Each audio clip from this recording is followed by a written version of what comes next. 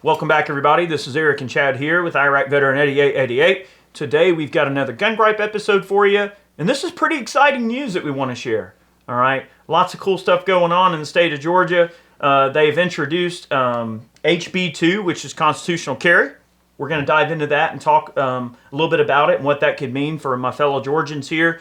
Chad and I, of course, are here in Georgia, so this is very much important to us locally as Georgians, and hopefully many of you watching are also in our home state here, so maybe this will be relevant to many of you. Before we get started, I would like to thank our friends at Sonoran Desert Institute for supporting our videos. They have some awesome distance learning gunsmithing programs. If you're looking for a career in gunsmithing technology, you want to learn about reloading, about more of the business side of being a gunsmith, there are tons of programs they offer. They've got some great financial incentives. If you're looking for a career in the gunsmithing world or in the firearms world, they're definitely a great group of people to look into.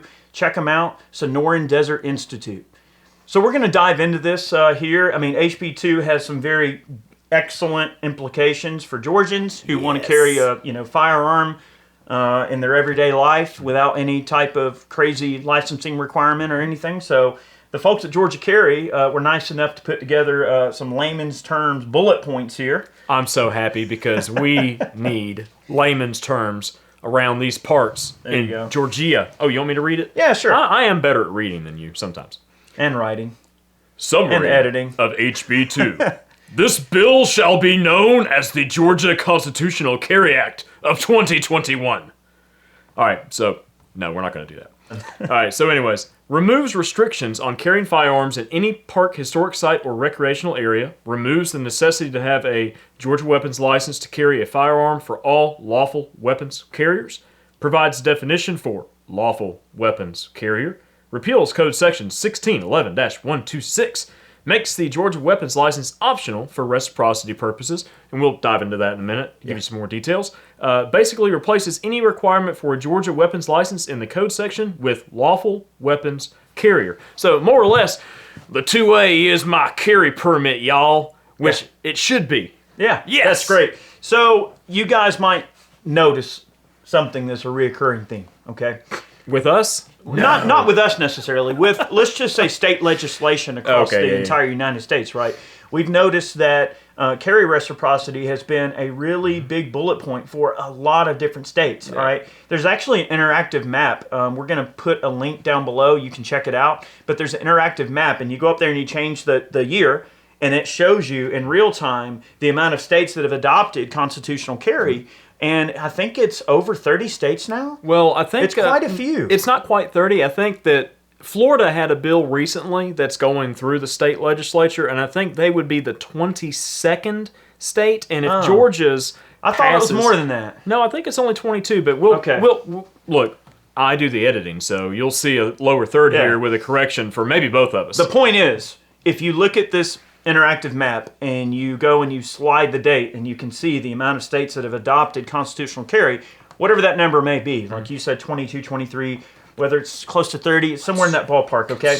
The point is, though, you notice that there have been a lot of states that have adopted constitutional carry just in the last 3 or 4 years or so.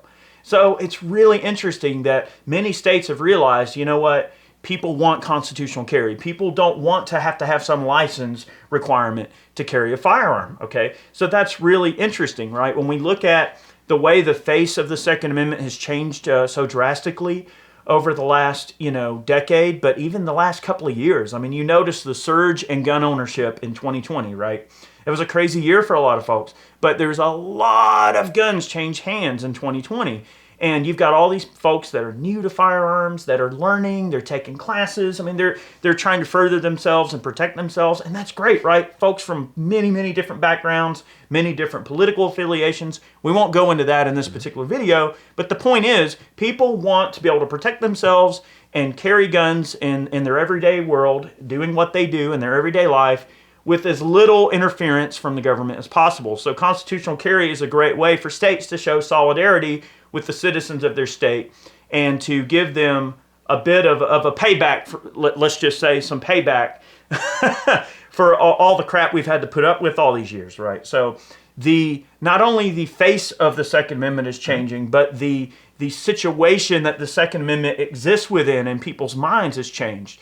As we've said, that as the culture changes, so do the laws, right? So what is changing? The culture of carrying guns. More people widely accept the carrying of a firearm to protect themselves than they have in a long, long, long time, especially compared to 10 years ago, even compared to 2 years ago. So this is a very new thing. So as culture changes, so must the laws, right? And that's what we see here. I mean, this is Georgia constitutional carry. Like, this is a big deal. We should support this in every way we can. We should contact all of our state reps and our state legislatures and let them know, like, hey, you know, this is what we want, right? This is a huge part.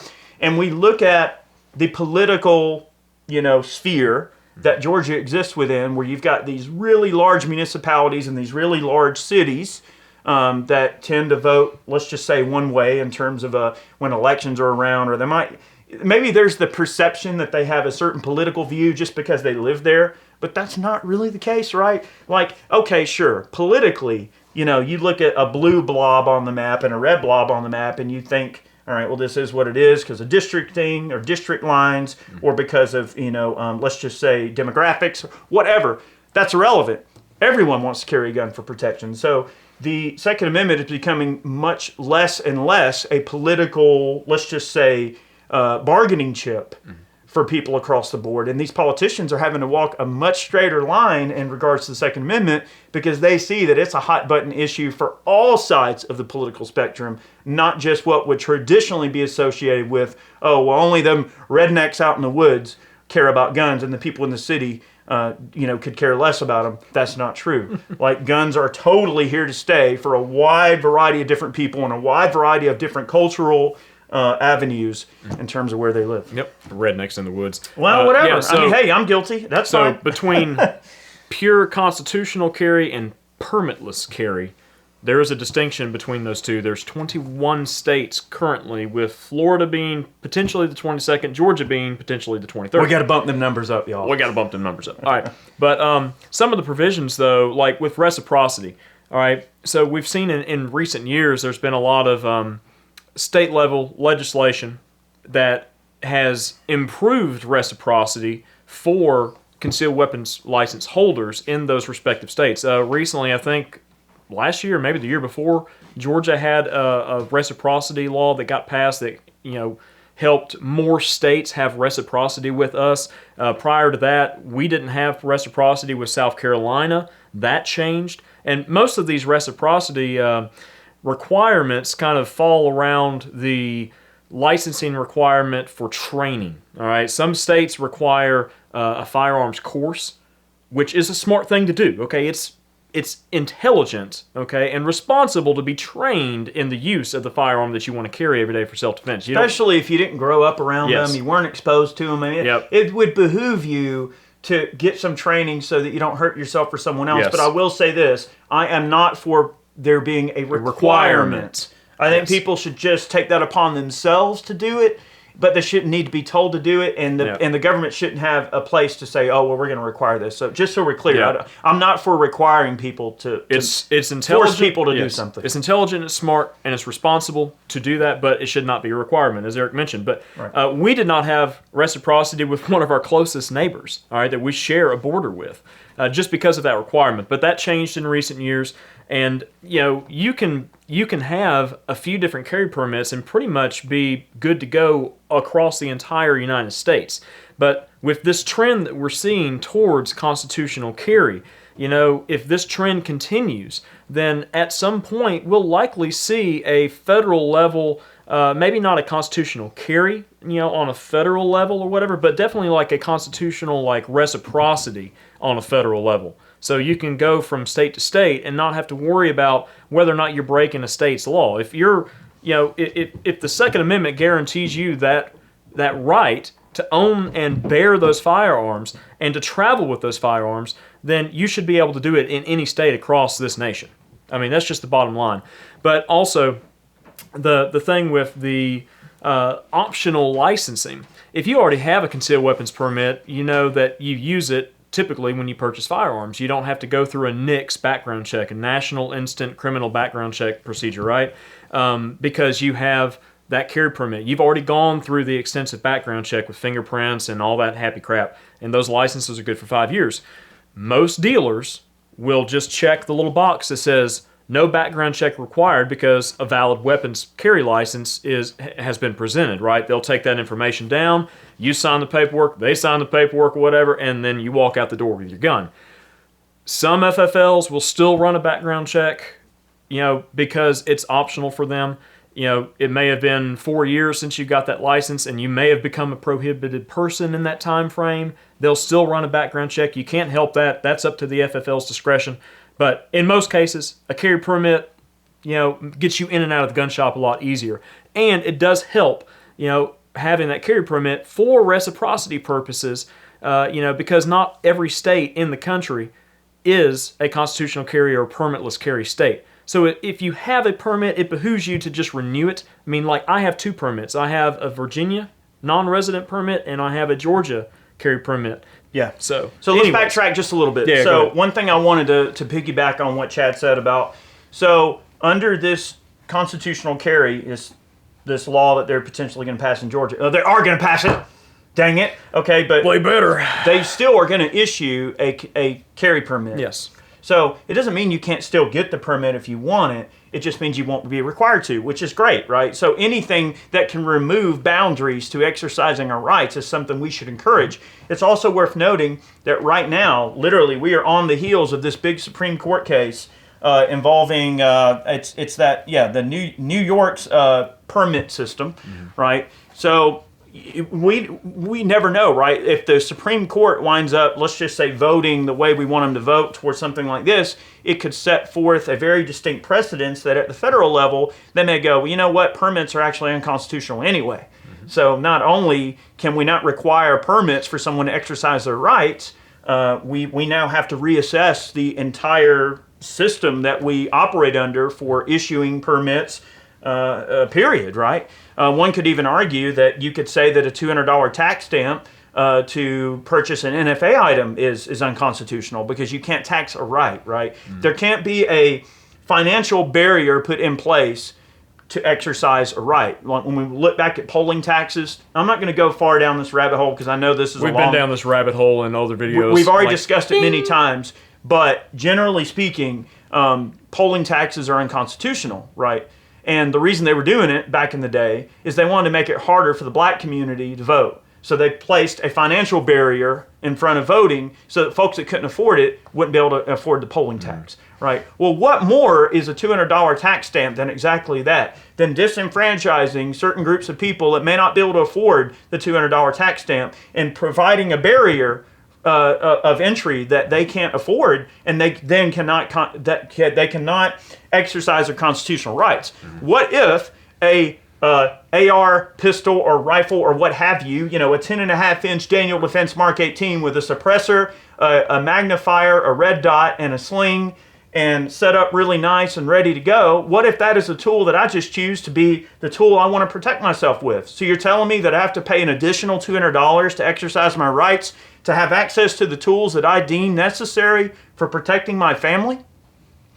So that's where this is ultimately going, right? Not only is this current Supreme Court case challenging the constitutionality of permits anyway, but then it can also lead the way, if this goes accordingly, to not only federal constitutional carry, but also potentially even, I don't want to say, shall we repeal the NFA? I would if I could wave a magic wand and repeal the NFA tomorrow, I would. But there are certainly some constitutional loopholes and constitutional quandaries we have to consider in regards to the NFA that I believe have long gone unanswered and unattended to. And that's some housekeeping on, let's just say, a national level that we really need to do is take this all the way to the Supreme Court. All right, where are your ears? I'm going to pull you back up out of that rabbit hole. That's right. All right, look. But it's related. It is. It is related. The main premise of the Supreme Court case that's going through right now with New York is in regards, as Eric mentioned, to whether or not a state can make it so difficult to get a permit, or if it's one of those deals where it's like a may issue, it's at their discretion, and some authority figure is going to decide whether or not you need that carry permit. I think that's more or less what the Supreme Court case is really discussing, because I think that in the big picture, the permit systems that states have in place, it's still going to be left up to the states. But it's going to be like, if you go and you apply for a carry permit in XYZ state, they have no right to deny you that permit, right, the issuance of that permit, if you are not a prohibited person. That's the idea there. But it's a small stepping stone towards other things that we've mentioned in this video and in the past. There are currently 8 states that the authorities have discretion to deny permits to anyone who can't show a special need. And that's that's what this issue, right? Supreme Court case is sort of looking to go after. Like, can a state literally just deny you the ability to carry a firearm in self-defense for any reason? I mean, DC versus Heller already, showed us that it's an individual right, right? So there's a lot of constitutional crap going on that we need to really be paying attention to, right? So the Georgia constitutional carry law is a tiny microcosm of that giant fight, and we should definitely support this piece of legislation to get passed in Georgia so we can add ourselves to that list of states. And the more states adopt constitutional carry, and as you see that interactive map, a lot of states have adopted constitutional carry in very recent years. But the more states we can get on board, eventually the feds are going to have their hands be forced to go, you know what, well, I guess this is just not a thing anymore. Like, if 43 states, or what was it? It was 8 states. Mm-hmm. So if 42 states have constitutional carry and the other 8 want to be sticks in the mud, I mean, at what point do you have to go, you know what, this is what the majority of people want? Yeah. Well, look, it's a slippery slope, really. We've discussed this in the past, but it's a perfect time to kind of reiterate it. But we've seen over the past just decade, right? Look at the past decade and how gun culture as a whole has changed. We won't dive into all the details, but you see so many states, put forth constitutional carry legislation, easing gun restrictions on state level, things like that. You haven't really seen like new assault weapons bans and things like that popping up because, the common thing now is that people want to own guns. People want to have those tools at their disposal for self and home defense and, just overall self-reliance and such. We've seen a lot of different people from different backgrounds and demographics get into firearms recently. We've seen a lot of people getting into hunting recently. So the culture is definitely shifting, towards that pro-gun, pro-2A mentality. And as long as we keep up, that momentum, getting more people into the fold for gun ownership and for the 2A as a whole, then we'll see more of these state-level battles won in favor of the 2A community as a whole. I agree. Anyways. Yeah, and here's the thing is, no matter what happens federally, right, states still have the ability to, pass laws that they deem good or bad. Pro 2A or anti 2A. Right. It goes both ways. I mean, I would like to see federal, constitutional carry be a thing. But there would still be extremely anti-gun states that if they want to pass their own individual crap, they can. So that is the beauty of our republic, right? The way we're set up is that, states have the ability to pass whatever laws they want that affect their state, right? So there's a lot of things to consider. I mean, look at the other end of this spectrum. I don't want to go down this particular subject too much, but I'll just use it as a quick example, right? Look at marijuana. Look at cannabis, okay? There are a lot of, cannabis is federally unlawful, but there are many states that have decriminalized and or opened up the floodgates for cannabis right now. We're not going to go too far down the subject, but that's an example of a place where the feds have said no and the states have said, well, screw you, we're going to do what we want. Now, it doesn't mean that the feds still won't come in and arrest the crap out of you for it, but that's a step in the right direction, if that's what you believe. And I think that gun rights are the same way. Like, gun rights are the prohibition of our time, right? Look at when alcohol was a big no-no, right?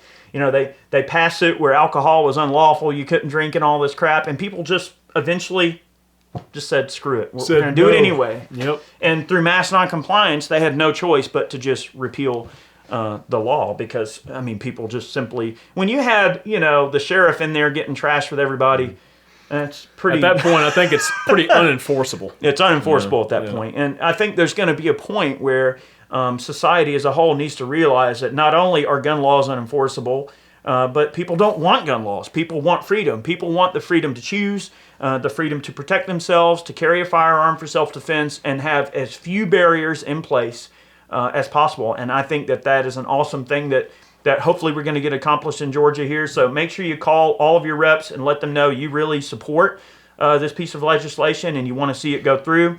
I will say this in closing. If there is a political reason they're doing it too. Don't think that this is just once and done and we're done with this thing. Don't sit on your hands and assume that this is just going to go right on through because we've got so many good old boys in Georgia. That's not necessarily true. There's a political reason they're doing this too. Look what's coming up. Primaries, right? 2022, elections right around the corner, right? Kemp is trying to get reelected. Stacey Abrams is running against Kemp. So Kemp needs something to hang his hat on and say, look what we got accomplished this last year, so that he can solidify his voter base to get out and actually vote. Now, without getting, well, look, I don't want to get into this rabbit hole, but there's a lot of people stayed home in 2020 in Georgia. So he's trying to, this is a political ploy, although an effective one and something we all deserve and need, but it is at its heart a political chess move to ensure that people will actually get out and go, you know what, Kemp did us a solid, so we're going to go out and make sure that we vote for him. So, see, that's the intended. There's other Republicans and such running against Kemp too in the primary, so we're going to see where that goes, because a lot of Georgians are unhappy with Kemp. Right. Right now, based on things that happened during the last election cycle. Right. And a lot of people were scared, staying home because of things that, like Lynn Wood said. Right, and just things that were said out in the media, it kept a lot of people at home, and it's probably why we're in the predicament we're in right now in the Senate. We're in full damage control. However, one thing that I think is important to kind of keep in the back of our minds is, you know what? I'll take it. If that's what it takes to get constitutional carry passed, I don't care how it gets done. I don't care. I really don't. I don't give a crap what letter is next to somebody's name on a piece of paper that I don't give two craps. All I care about is my rights. Right, so at the end of the day, we can worry about the traitors in our midst later. Let's get constitutional carry passed, and we'll worry about getting a better governor elected later. Well, we'll see, how things go in Georgia, and we'll see who the traitors really are. Well, where they really stand. That's on the just it. Yeah. Well, the thing is, once you have a voting record and someone votes nay for this piece of legislation, that's a way that you identify the people that don't think the way you do. So. That's why you end up seeing on the state level that sometimes something like constitutional carry, or let's just say any gun legislation, you notice that it's hard to get something, put up for a vote, or it's hard to move legislation forward related to guns because there's a lot of people that are afraid to go on voting record on guns, right? There's people that may have campaigned on being pro-gun, but if given the choice to vote on a piece of gun legislation, they might actually not vote the way you think they would. So it forces people to take a stand for or against a certain thing, which, in this case, firearms is a very important thing to a lot of people. It's a hot button subject for a lot of people. And constitutional carry is most certainly the top of the pyramid in terms of importance for many, many people. So whoever came up with this idea to do this was very smart politically, because they know this is going to force the rats out of the hole. And anyway, there's our presentation. But definitely support constitutional carry in Georgia. Let's see who is really who they say they are. Yep. And then in 2022, we can vote accordingly. And I think that's what this comes down to. We shall see. We certainly shall see, indeed. Big thank you to all of our Patreon supporters for supporting what we do. We really, really appreciate you guys. Thank you so very much. Also, go over to Ballistic Ink and pick yourself up a snazzy new t-shirt. That's one of the most direct ways you can support us. Many more videos on the way. I hope you've all had a great Christmas. I know we're coming off a break here, but thank you guys very much for the support. Have a great day. Many more videos on the way. See you guys.